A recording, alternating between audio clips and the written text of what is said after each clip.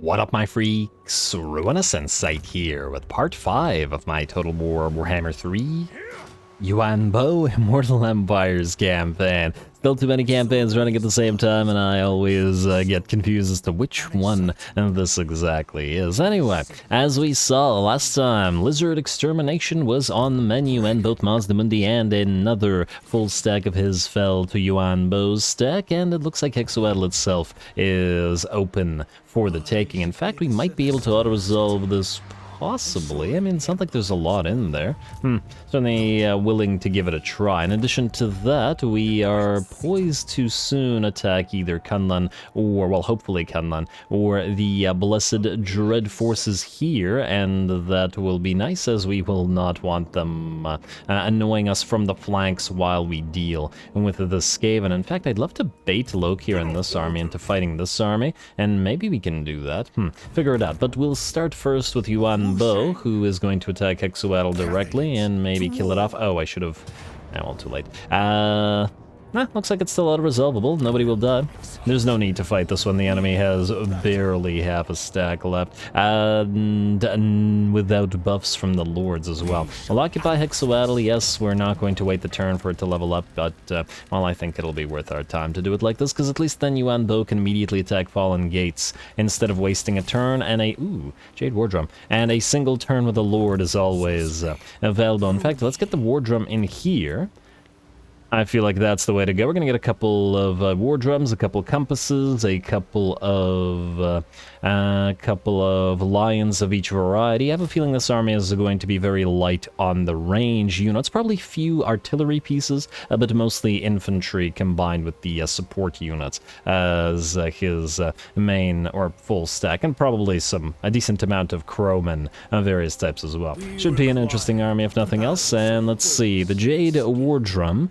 You have your double harmony, oh interesting, and your harmony amplifier, plus you provide that disdain ability. Oh wait, we can choose which ability we want. Armor, speed, and magical attack imbuement, or melee attack and immunity to psychology, all of which potentially useful, and more mastery of the elemental winds will certainly help out. Alrighty, oh lovely.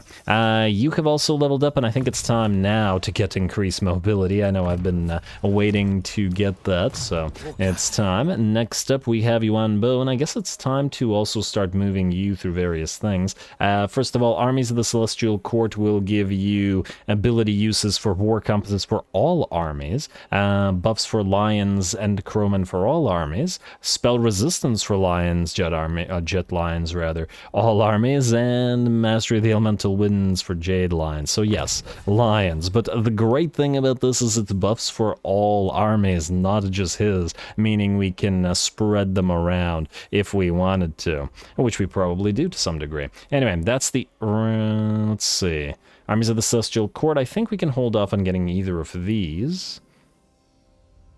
And while I'd love to get Jurian Executioner, he's already a very strong fighter, at least in the early game, so I think we're going to start moving through his spell tree a little bit. There's a bunch of stuff in here that we will probably want to cast, and probably will want to get Greater Arcane Conduit as well. Alrighty, fantastic.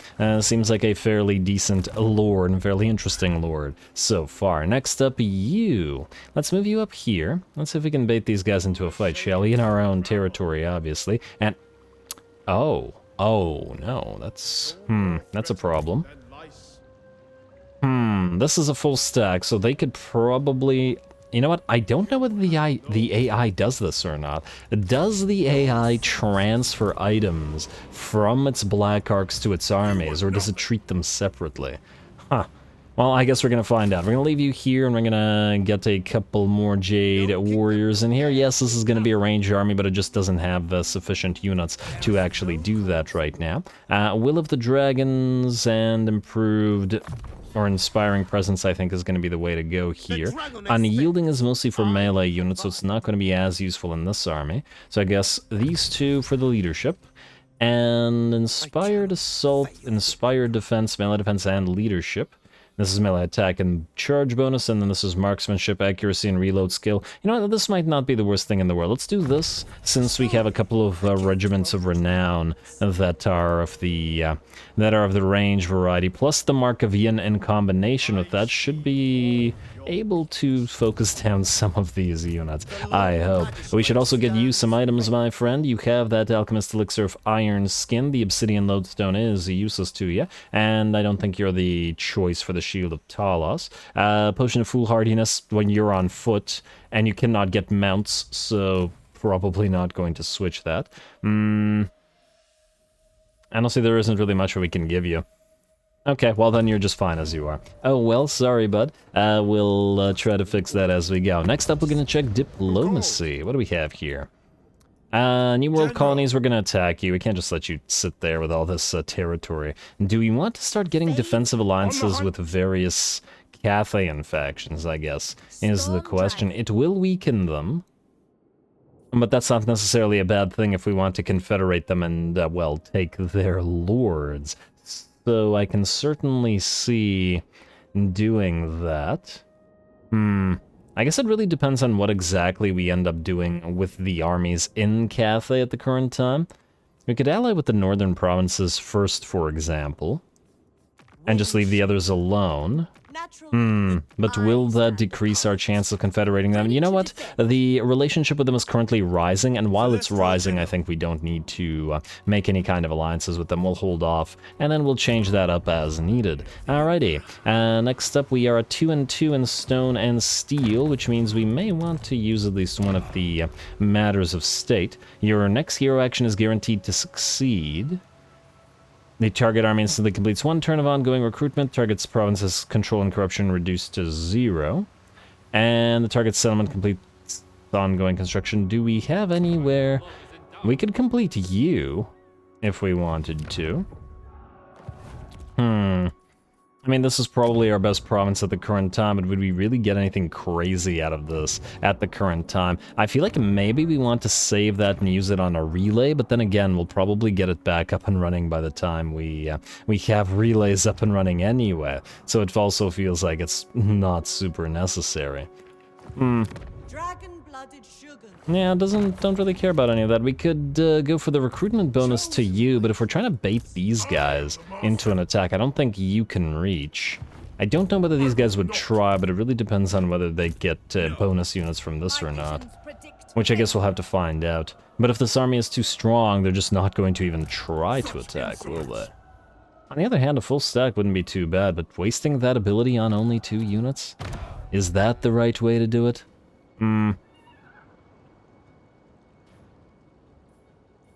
On the other hand, that'll get our commercial district possibility back up and running fairly soon. Screw it, let's go levy the provinces. Target instantly completes 1 turn of ongoing recruitment. And you, right here. Look, it's a waste not to use it. Alright, there we go. And now you're pretty good, and you can continue recruiting if you like. Let's do 1 more Jade Warrior. And we don't really need the Jade Warrior crossbows. Oh, you know what? Maybe let's get you a couple of Onyx Crowmen so that you can chase stuff off. I keep screwing up our economy by continuously recruiting, but oh well, not a big deal. Anyway, now we can definitely end the turn, and let's see if they attack us, although I somehow doubt that they will. Frankly, they probably wouldn't have attacked us either way. Peace treaty with Mazdamundi? No. Blessed Dread are not going to attack us. Sad, but oh well. Is anybody going to attack us? Not looking like it. Alright, well, we have free reign to do anything. Destroy Noble. No, you gotta fight again? Alrighty, now this army is badly damaged. Okay, let's manually fight this super quickly. I'm just gonna speed it up to max. I can't believe they got so badly hurt last time. I mean, against an identical army, essentially, as well. How did they even manage that one?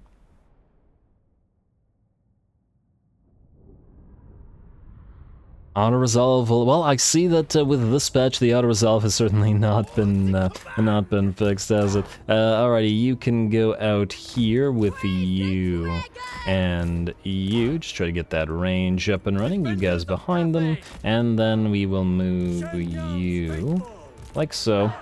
You didn't. Actually, you did. Never mind. You guys can be group 1. I guess you can be party group 1, and then, yeah, alright, it's whatever. It's whatever. Alright, you guys move forward and start blasting.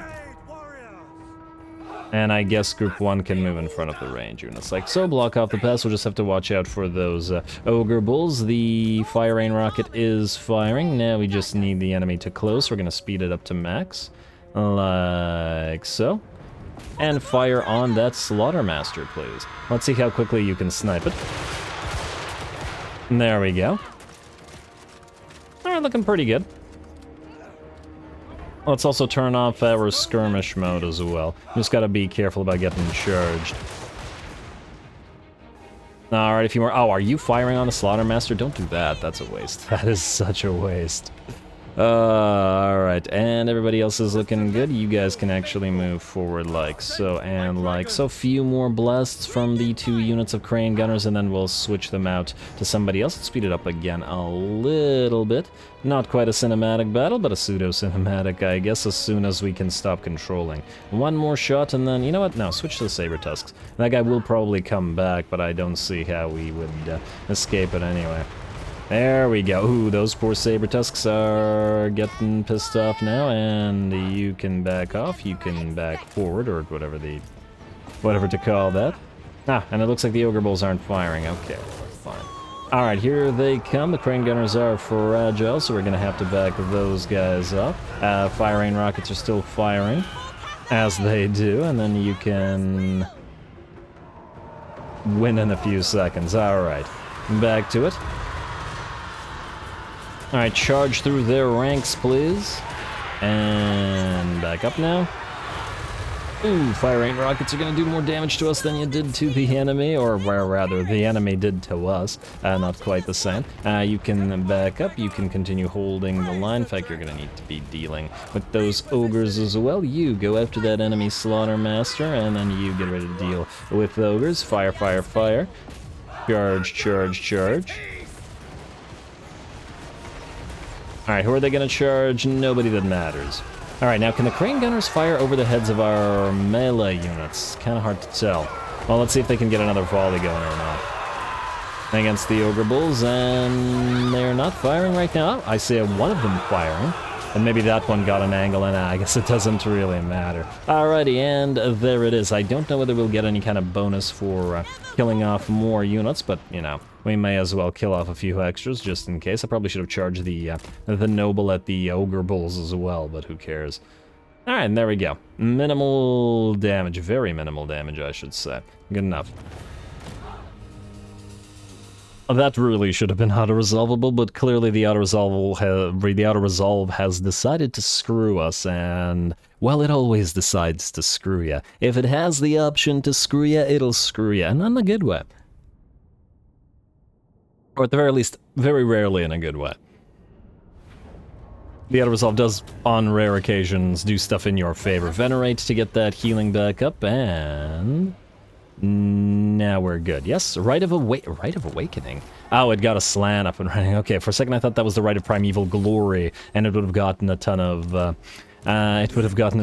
dinos, but that's obviously not the case here. Okie dokie. You guys are good. Let's move to the Fallen Gates now and take that for ourselves, and back around to the Ziggurat of Dawn, etc. Ooh, I see Marathis over here. Auto-resolve this. Not too much damage, that's fine. Now, I guess I am a little bit concerned about the potential of Marathi attacking us, so here's what we're gonna do. Let's go control here. We can get the Spice Market here. Then... Marathi. You are not at war with... then you don't like us. Okay, well, go figure. Join our war against Hexoatl. Oh, you'll do it for free. Okay, fantastic. Blessed Dread. Okay, you won't do that. What about Ogre Kingdoms? No. Okay. Fine, fine, fine. Do this. For Cain. And there's a thing about how the AI behaves, and if it's not fighting anybody, it will start to fight somebody. I'd love to not get attacked by Marathi while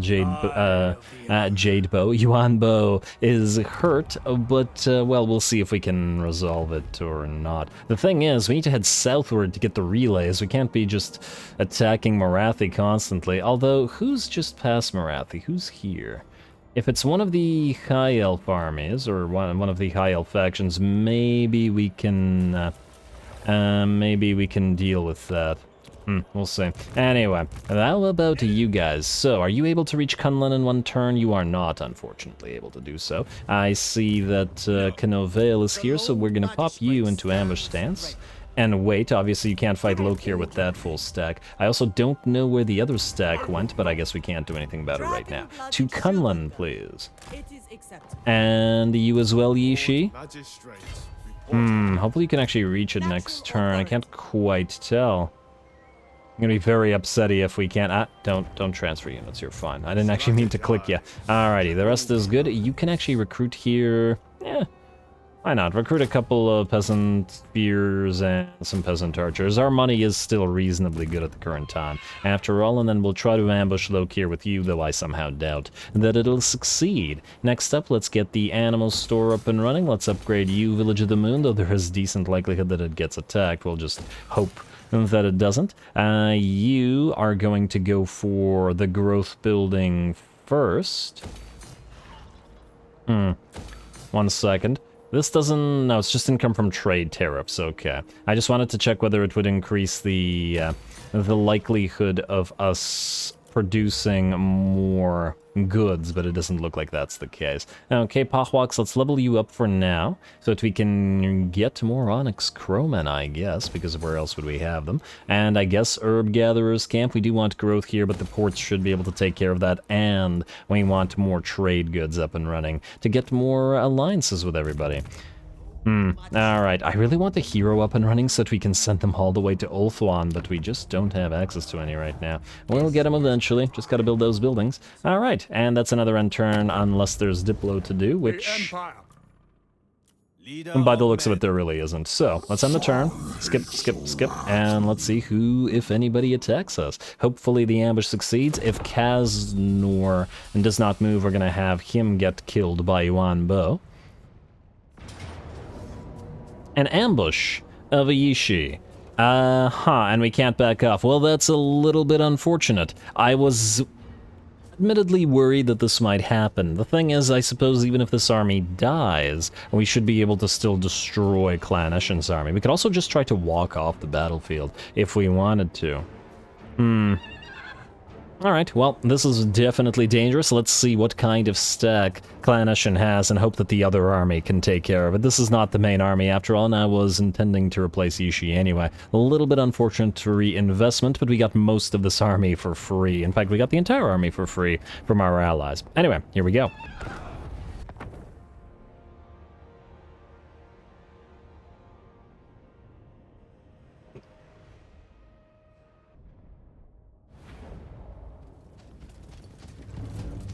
Remember your training.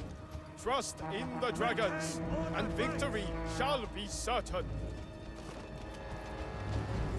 Victory shall be certain. I don't know about that, depending on what the enemy has brought, and I'm willing to bet that it's a full stack. I don't think that victory is certain at all. Alright, so here we go. The enemy is moving. It's gonna take us a few seconds until our own troops are going to start to move as well. And, ooh, they have a Poison Wind Mortar. Those guys are just, well, they're just pretty fantastic in general. But in ambushes, before the enemy can move their units aside, that'll be very, very nice. So, seeing that the enemy does have a full stack and a pretty decent one at that, plenty of Night Runners and range units, and we have pretty limited amounts of infantry, we realize that we probably won't be able to win this, so we're going to try to get the Jade Warriors at the very least to escape. Gonna have to leave a few units to cover their retreat, but the more units survive, the better, and we'll see whether Deathmaster Snitch can try to attack us again. I know that this is going to be a sort of cinematic battle, but honestly we're just going to book it on out of here, just in the same way that the AI does when you ambush it. It always tries to run. So we're going to take a bit of a page out of the AI's book in that particular regard. Anyway, we're mostly going to leave behind our peasant bows, mostly because they're cheap and we don't really care about them, and they're expendable, unless I'm mistaken. Whereas the Jade Warriors will instead head directly towards the ambush withdrawal location, and same with the Lord Magistrate. Ain't no way that the Magistrate has any kind of chance fighting Deathmaster Snitch. I actually don't think that any of the units would also have any kind of chance fighting Deathmaster Snitch either, because he just popped that Whirl of Weeping Blades and do a little bit of vortex damage constantly to those Jade Warriors. Looks like the enemy also has a decent pile of, well, decent pile, at least one unit of the Warp Grinders, and we're going to have to keep that in mind for the next battle, which will probably be the proper battle, ambush or not. We're going to attack Deathmaster Snitch in reprisal. Now, we are going to try to sacrifice our Peasant Horsemen in the idea, or in the hope, that we can heavily damage these Poison Wind Mortars, but it looks like they are being guarded by Night Runners who did not move away, and 2 units of Night Runners are just going to rip those 4 Horsemen apart, even if the well, honestly, I don't think the Horsemen would have even been able to fight 1, so, oh well. If we would have been able to take out this unit of Poison Wind Mortars, that would have been just fantastic, but these are buffed Night Runners, buffed by Deathmaster Snitch, I mean, so yeah, unlikely. It's okay, we still have the next battle to do it. The rest of our forces are starting to make their escape, and it looks like even the archers are starting to head this way, which is actually fairly decent. The enemy has so far mostly only managed to hurt a couple of units of Peasant Archers, 1 unit of Jade Warriors, and the Peasant Horses, and honestly, that's not that big of a deal.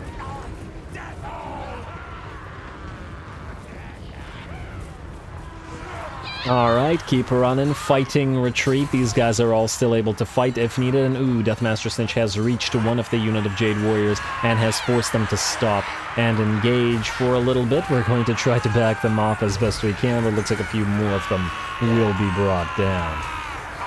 Really hoping that if Deathmaster Snitch does move again this turn, and it's unclear whether he'll be able to or not, that he attacks the first army and not this army again, because obviously this army won't survive another attack, but I'm still willing to sacrifice it if it comes down to it. I still feel like if we destroy Deathmaster Snitch's main stack with our second army, if we succeed, then his faction probably will be done for. Probably not the last Skaven faction we fight, mind you, again, if we succeed, but it'll probably be, for a while, the only Skaven we see. It's gonna be a while until we cross the Darklands to encounter Clan Rictus and Moors over there. Speaking of crossing the Darklands, we should also look into trying to get an alliance with the Knights of Caledor. Maybe a good reason to acquire more dragons, if nothing else. Get a little bit of a dragon rivalry going. Star Dragon versus Jade Dragon, racking up the kills. Alright, just a couple more quick, a little last stance, hoping to dish out a little bit more damage to some units, and we're also trying to get a few more of our other running units into positions to actually get off the map. And there we go. With that, the final withdrawal happens. We withdraw the Magistrate and all of these units basically at the same time because they were right at the edge of the map, and the victory goes to the enemy. Once again, not super worried, as this was more or less something like a temporary army, or an army we got for free. Let's see what the damage is. Let's hope it's not too bad, and let's see what happens with our main.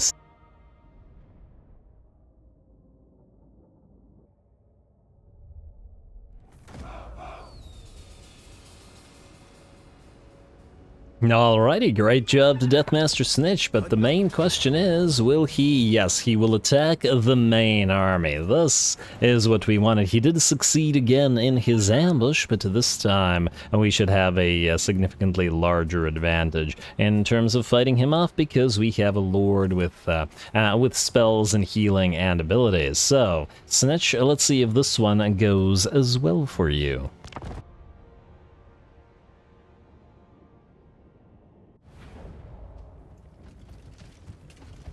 Cathay prospers always. Today is no different. Fight for order and harmony.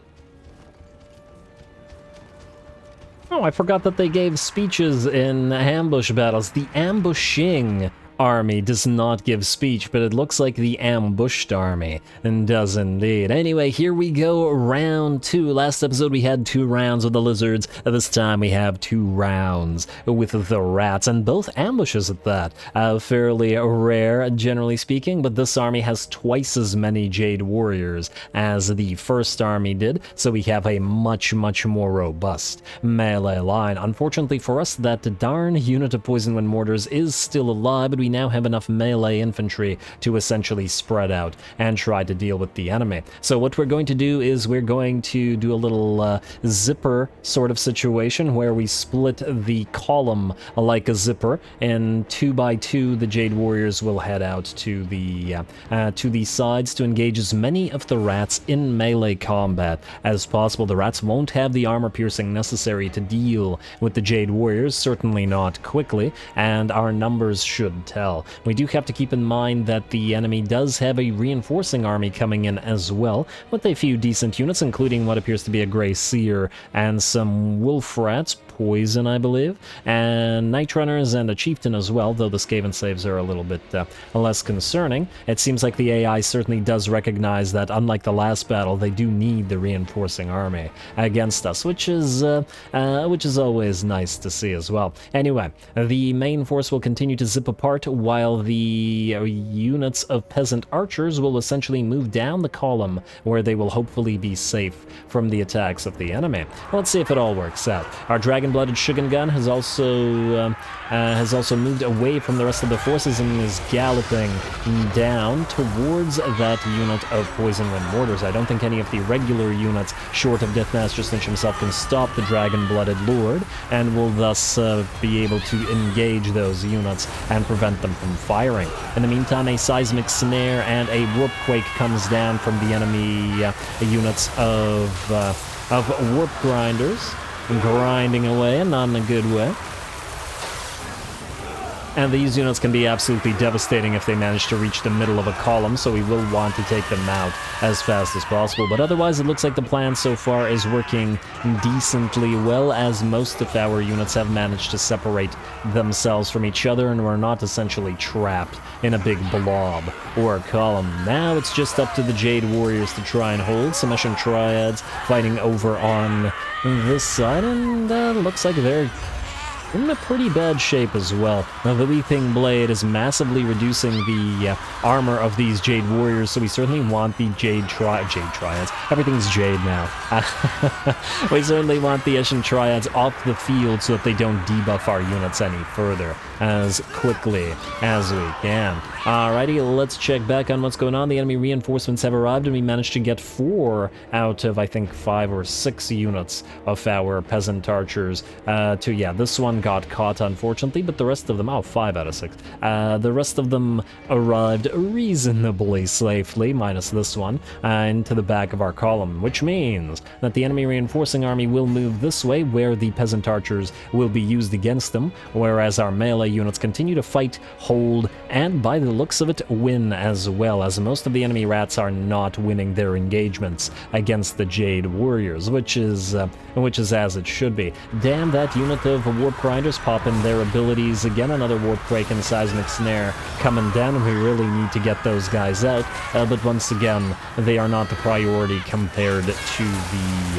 the Poison Wind Mortars. Speaking of, the Dragon-Blooded Shugen has managed to at least damage them, if not kill them, but at the very least is holding them in place and preventing them from ripping our units apart.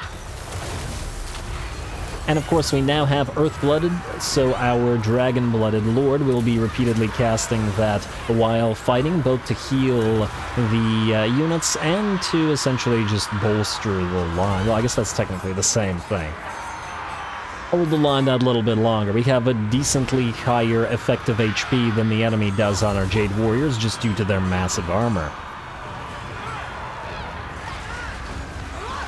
Alrighty, and by the looks of it, the enemy reinforcements are arriving, but our zipper is moving further and further outward. The enemy warp grinders are nearly done, and more of our Jade Warriors are closing in on the biggest blob of enemy units. The balance of power remains very slightly in the enemy's favor, however, so we can't get cocky at this stage and still have to use even our hurt units to try to chase down enemy Night Runners and whatever we can, so that they don't do too much damage. We also have to move a few of our Jade Warriors to essentially block off the reinforcing army, as otherwise they will simply kill off all of our poorly defended bowmen, peasant bowmen.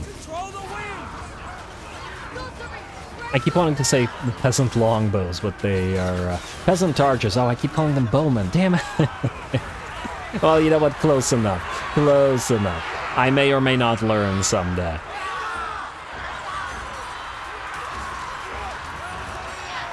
Alrighty, and there it is. The second line has engaged, as in the reinforcing army has engaged our second line, and the Jade Warriors will once more do their job at holding the rats at bay. These are clan rats and Skaven slaves, and I just don't see them breaking through the Jade Warriors. On top of that, we've managed to get the enemy units of Poison Wind Mortars engaged by a unit of Jade Warriors. So, the Dragon-Blooded Shigengan Lord is no longer needed here, and is free to move out this way and begin casting its spells on the piles of rats here. Namely, a wall of wind and fire going to come down in the biggest blob of enemies and move right on through them.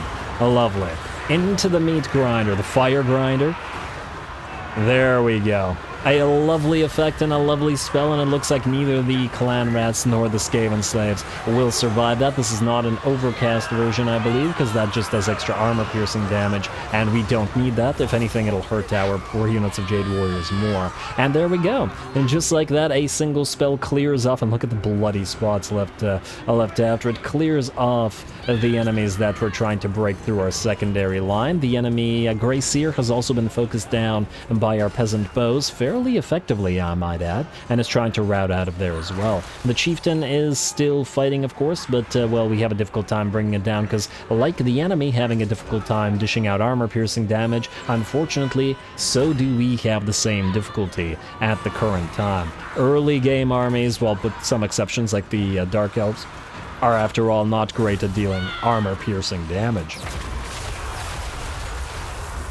Oh, AI, I try to avoid doing that myself, but how dare you, AI. So the AI got our units to blob up around the enemy chieftain and then drop that warp lightning right on top of our units. But hey, a good job to the AI. Deathmaster Snitch is now facing off against our Dragon-Blooded Lord, though we are going to pop the Tormentor's Sword and whatever debuffs we can on the enemy to try to deal with them. And first of all, we're going to try to kill the enemy Clan ESHIN or ESHIN Sorcerer, and then leave Deathmaster Snitch to last, in the hopes that we can actually force Snitch to rout, and the Sorcerer to, well, die.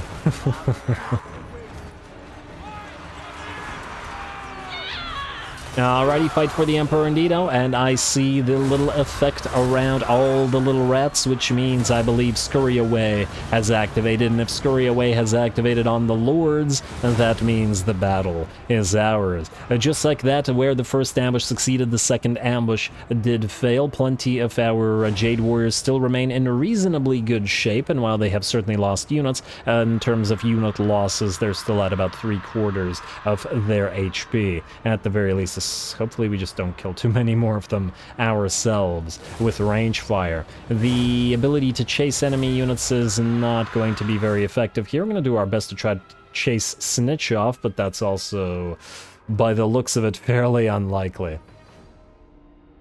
Oh, come, yeah, okay, they're not getting Snitch, are they? Oh, he is low. It's very close, and I think he just managed to get off the field. A Pyrrhic victory, perhaps, and certainly we did take a lot of damage, but I believe we're in our own territory still, on top of the fact that we should be able to heal up after the battle, and the enemy army is very heavily damaged, and several units pretty much destroyed. We did also manage to focus down that unit of Poison Wind Mortars, so the main targets at the very least were acquired, and hopefully we can just run them down and then take their capital right after in reprisal.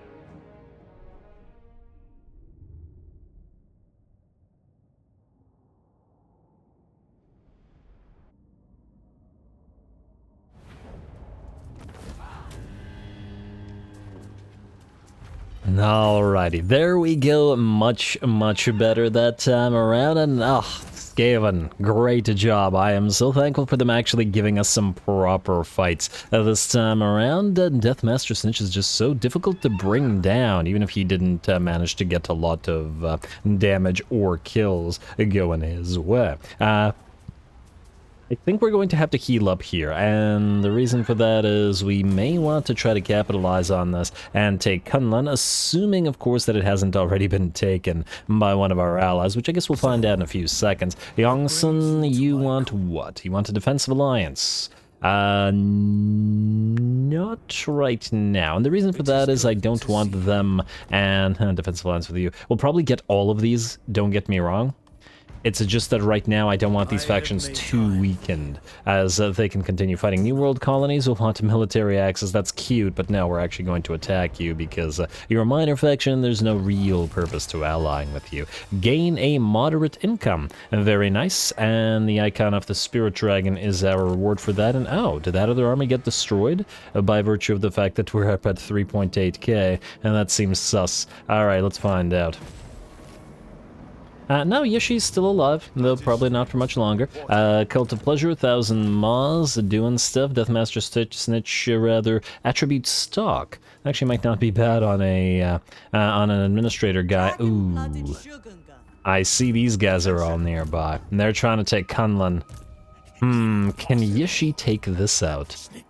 Because I'd really rather you move to Kunlun without screwing us over in that regard. Alrighty, let's find out. Ancestral Warriors is fine. War Banner if we successfully complete 5 caravan routes. And we've got Journey Time 2. Okay, so you're still on the way, meaning we can't send you anywhere, unfortunately, but that's fine. We'll get you going in a bit. More importantly, the Wuxing War Compass, or just regular compass, is back up and running. We are okay with the control, I think, for now, and I think we want to switch to... There's either construction cost reduction, Lord Recruit rank, sale value of cargo. Oh! Actually, none of these things would be all that useful for us at the current time. What we really want is this, Nanchang Basin, construction costs for all buildings and growth. Frankly, we'd probably want to be sitting on that for most of the time, and I guess it is what? Technology research? Technology via Dragon River from Hexoatl, eh? Attrition minus 75%, characters are immortal, and strength determined by energy reserve always active, no effect. I'm not entirely sure why it says no effect, but it may have an effect later on. This looks like it's tech, but I don't quite remember. Anyway, Great Turtle Isle is what we want, but for now I think we'll leave it where we are over at the Celestial Lake for the building income and the control, which is obviously a boon. Anyway, Yishi, my friend, you are going to go and... let's see. I mean, once again, I feel like we're probably not going to be keeping you. But just in case, let's get you a couple points in on yielding. Let's see if you can't take out Deathmaster Snitch, and it looks like you can. Good. As in with an auto-resolve. An Armor of Fortune, though. Very nice pickup. And we will get you, let's say, Treasury... Army replenished 3... Honestly, I'm not happy with either one. Just take whatever. Alright, and there's that stock. Then... Pestilich the Fabricator. Armor of Fortune probably shouldn't go on Yishi because we're probably decently likely to delete him. You can have the Armor of Fortune instead. I still don't like the fact that you have bureaucrat, but well, you know what? We've had you around for a long enough time now that we're probably going to keep you around. Yishi cannot reach Kunlun, but that's okay. You will have to do it for him. Go. It is my calling. Let's see what we got in terms of defenses. Ooh, Valiant Defeat. Decent likelihood that they'll actually sally out. I like the sound of that, but as long as we're sieging the place, we're happy. There is also likelihood that Village will come on by, but honestly, even if these armies are destroyed, they will still be at least... they will at least have destroyed the Skaven first, which is the more important thing. You're gonna move up in case they sally out. I don't know whether they will or they won't. Decisive victory now, but we won't be able to auto-resolve, so let's build up some towers and such. Vanilla towers, not SFO, but oh well. Then you are going to want to level up. You have Unyielding already. We've been using Wall of Wind and Fire quite a bit. In fact, you cast spells quite a lot, so maybe Strength of Yang is worth our time. Maybe even Will of the Dragons is worth our time as well. We do want to head towards the higher level spells. But for now, Unyielding is the main thing that you want. Yeah, let's get the Will of the Dragons. Alright, lovely. And wait, I just forgot. What armor are you... Oh, you're using your own armor. Yeah, that's fine. Alrighty, looks like Marathi has not, in fact, attacked. Let's destroy Mr. Kaznor here. Mostly because I don't want him in this territory. With a quick little auto-resolve. I don't imagine he'd have much of a chance here, and then head towards the rest of the lizards. You're gonna run, but probably not far enough by virtue of the fact that we had about 50% movement range anyway, and you're gonna draw out the garrison as well, which means a quick little auto-resolve. And then on towards the rest of the lizards. We will, I guess, heal up. Our money's okay, and we have to keep moving towards the enemy. Bound spell, Transmutation of Lead, not the worst pickup, I'd say. Certainly a good supporting spell for massive lines of infantry. You are going to head towards the Ziggurat of Dawn, so you're going to go here, and we're just going to hope that you can reach it in a single round after this. You can also go for Channeling Stance, get some of that money flowing again, and let's also build up whatever it is that we need to build or can build here. Let's go. Oh, this is not much. Alrighty, next up we got a research. We're trying to head towards the Grace of Chua Yin, and thus we have to, I guess, go for Harmonic Discipline. Yeah, fine. Not that the 10 armor isn't a good pickup, mind you.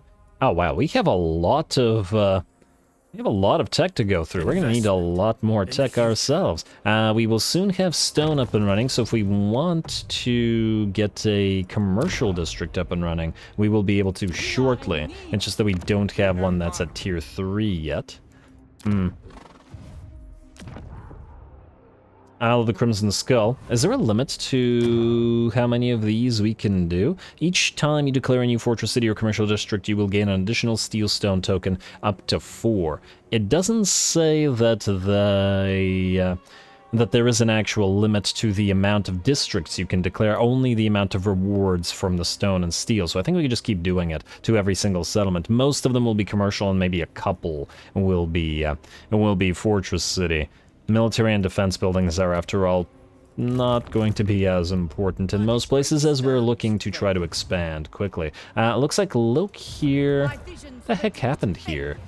You're suffering attrition due to vampiric corruption. Oh, because of the dead flag fleet who are still alive. Oh, that's fascinating. Huh. We might actually be able to attack that, well, we won't have time to do it this episode by the looks of it, but it's still interesting. Alrighty, well, you know, I think this is probably going to be the time to call it. You can go back to Celestial Lake for now. Forgot to set that up.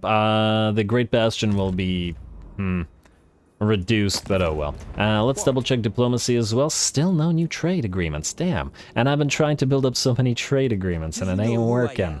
It just ain't working. Not going to ally with these guys as yet, once again, because I just am curious to see whether they will fight with the, with Marcus. I don't really necessarily care about all of these territories, but once again, these territories, I very much do. We'll also need to start building another army here, but I think we'll wait until Yishi is deleted, and we don't have nearly as many armies there, though our money situation isn't too bad. What are our military buildings like here? Let's double check. What can we actually build? Other, of course, than piles of Jade Warriors. Oh, we can't even... Wait. Yeah, we can build the regular Jade Warriors out of the training camp. Yeah, fine. You know what? Let's build a Celestial General. I want to see what these guys can do. Ambush success chance and poison attacks. That's not so bad. Solid. Ooh, that's a lot of buffs. Melee attack armor. That's not too bad either. Martial Artist is okay. Weapon Specialist is also okay. I guess one of the problems with this is I don't know whether there is a... whether there is a bound ability on them anyway that will give a contact effect, which has me concerned at least a little bit. I could just go solid. But potential good ambushes and potential poison ain't too bad either. They're both decent choices. Let's go U for now. We're at 3.8k and we'll drop down to 3.2. Pretty big difference. I want to see what these guys can do. So Leader of Men, leadership. We got Armor for Lord's Army. We got Hammer. Oh, we have to choose one of these. Hammer of Wei Jin, and I went for this. Weapon Strength for Lord's Army, and then melee attack and... Wait, Weapon Strength and Splash Power plus 60 for you? Oh, so it's probably better to build these guys as fighters, not necessarily ambushers. Might have picked the wrong one, but I guess we can swap them out. Titanic Impact, Celestial Sweep, and Rattled Effect, reducing combat ability. Hello. So, Rattled Effect, yeah, it'll replace Poison. I had to pick the wrong one. Okay, well. I had to learn somehow, and this is the how of it. And then lead from the front is just an aura. Okay, well, you're going to build up an army regardless. We'll get you some peasant archers as well, and just have you recruit for a while. And with that, I'm gonna call the episode. Next time, we'll be looking to destroy Hexoatl for good and then move southward towards the New World colonies. Hopefully they have not yet allied. No, they have not. With anybody, so we'll take their territories, and then we'll be looking to get Hexoatl up and running properly and get that relay. Probably our first commercial district. We might attack Lokir here as well, though that'll potentially mean Admiral Knovale will attack us as well, so we will have to be careful if we do. And then finally, we'll most likely destroy the clan ESHIN Skaven and then start moving either towards Beikai, or Haichai rather, the capital of the Blessed Dread, and then looping back around to start dealing with Village. We need to seal the Great Bastion. Or else these guys, the Chaos Forces, the Norscan Forces, and probably Zatan's Chaos Dwarfs will all start flowing southward, and we just don't want that. Anyway, more Yuan Bo to come, so don't forget to leave those likes and comments if you're enjoying this particular campaign. All glory to the algorithm, and thanks for watching.